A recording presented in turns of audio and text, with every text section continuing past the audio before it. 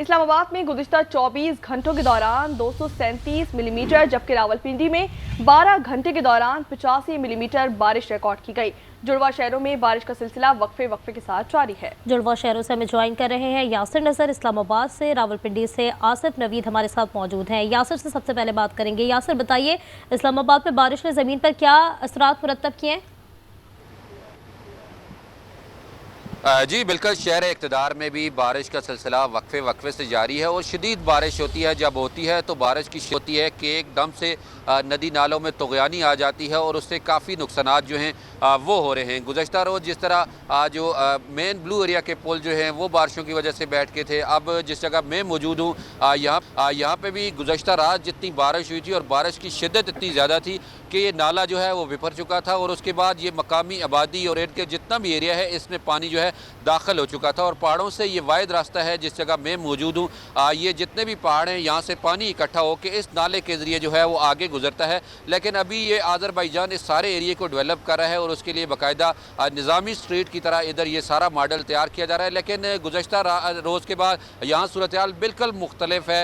नाले बिफरने की वजह से, बारिश की शिद्दत की वजह से और गैर कानूनी जो तामीरात हैं उसकी वजह से अब पानी सारे का सारा जो है वो नाले से ऊपर होता हुआ यहाँ मस्जिद में दाखिल हुआ। गाड़ियाँ जो हैं वो तबाह हुई और इसमें बुनियादी तौर पे जब मकामी लोगों से हमारी बात होती है तो वो यही कहते हैं कि इसमें अगर आम लोग थे, जिस तरह 460 के करीब घर शुरू में बनाए गए थे, उनकी इजाज़त दी गई थी, लेकिन अब उसमें मज़ीद तमीरात जो हैं वो हुई हैं। और उसमें बुनियादी एक ही फैक्टर हमें नज़र आता है कि CDA के जो मुलाजमीन हैं या जो इदारों के मुलाजमीन हैं वो वक्तन फ़वक्तन अपने लोगों को यहाँ फैसिलिटेट करते हैं और यहाँ कुछ ना कुछ जगह जो हैं वो बनाते हैं और बनाने के बाद कुछ पैसे लेने के बाद यहाँ तमीरात जो हैं वो बढ़ती गई हैं और नाले के इर्द गिर्द से लेके गाँव देहात तक जितना भी एरिया है इसके अंदर तमीरात इसलिए बढ़ी हैं क्योंकि CDA के लोग जो हैं वो इनके साथ मुलव्वस होते हैं और यही लोग इनमें कंस्ट्रक्शन करवाते हैं और पैसे लेके ये सारा मामला जो है यहाँ के मकामी लोगों की ज़ुबानी जो है वो करते हैं। लेकिन ये लोग इसलिए असर रसूख नहीं रखते, बेबस हैं कि उनके आगे कुछ कर सकें, करते हैं तो इनके खिलाफ कार्रवाई होती है। कुछ ऐसे वाक़यात तो वाज़े तौर पर मुरतब हुए हैं। महकमा मौसमियात की जानिब से क्या बताया जा रहा है? ये जो बारिश का सिलसिला है कब तक जारी रहेगा? जी बिल्कुल, क्योंकि 21 से जो बारिशों का सिलसिला है ये स्पेल जो है तवील स्पेल है और इसमें हम ये देख रहे हैं कि गुज़श्ता रोज़ से बारिश जो है अब भी जारी है और अब भी ये बताया जा रहा है कि मज़ीद अगले जो चंद दिन हैं ये बारिश का सिलसिला इसी तरह जारी रहेगा। मूसलाधार बारिशें जो हैं वो उसका सिलसिला जारी रहेगा। इसीलिए एहतियाती तदबीर अपनाने के लिए इंतज़ामिया, CDA और उनकी तरफ से अलर्ट भी जारी किए गए हैं कि जो नालों के इर्द गिर्द या इस तरह के एरियाज़ में जो तमीरात हैं उसको जो है उससे दूर रहा जाए और इस तरह की इन एरियाज़ में आने से गुरेज भी किया जाए। इसी तरह जो इस्लामाबाद के क्योंकि चंद एक इलाके हैं, जिस तरह हम यहाँ पे खड़े हैं सैदपुर गांव में, इसी तरह E11 का गुज़श्ता सालों में ऐसा ही वाक़या हुआ था। तो अब बारिश क्योंकि मारगला के पहाड़ है वहाँ से पानी इकट्ठा होकर इन्हीं नालों से होता हुआ आगे की तरफ शहर इक़्तिदार के जो रास्ते हैं इनसे नालों से गुजरता हुआ जाता है।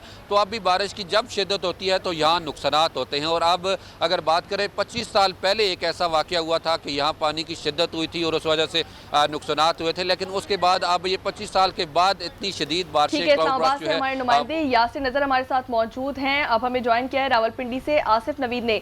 आसिफ नवीद, अपडेट कीजिएगा, क्या सूरत हाल देख रहे हैं आप? बारिश के बाद रावलपिंडी में क्या मंजर है?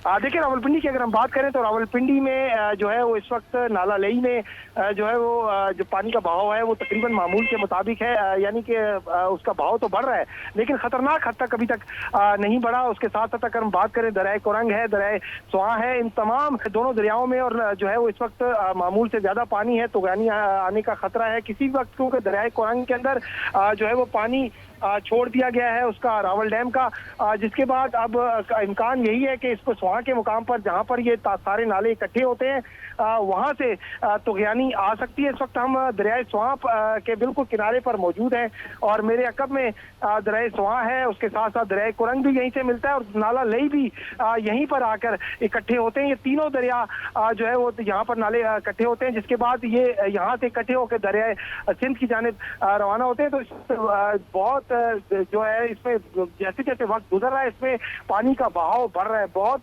ज्यादा तादाद में पानी यहाँ पर जो है वो यहाँ से इस वक्त इसका रेला गुजर रहा है। अगर आप मेरे कब पे देख सकें तो पानी जो है उसका भाव वक्त के साथ साथ बढ़ता जा रहा है। अमूमी तौर पर ये होता है कि ये यहीं से आगे जो है वो तीनों नाले इकट्ठे होते हैं तो ये सैलाबी रेले की सूरत में आगे बढ़ते हैं। चूंकि इस वक्त स्पिलवेज भी खोल दिए गए रावल डैम के, जिसके बाद जो है वो और रावलपिंडी में बारिश से जो असरात मुरतब हुए हैं, इस हवाले से आसिफ और यासिर हमें अपडेट कर रहे थे। आप दोनों का बहुत शुक्रिया।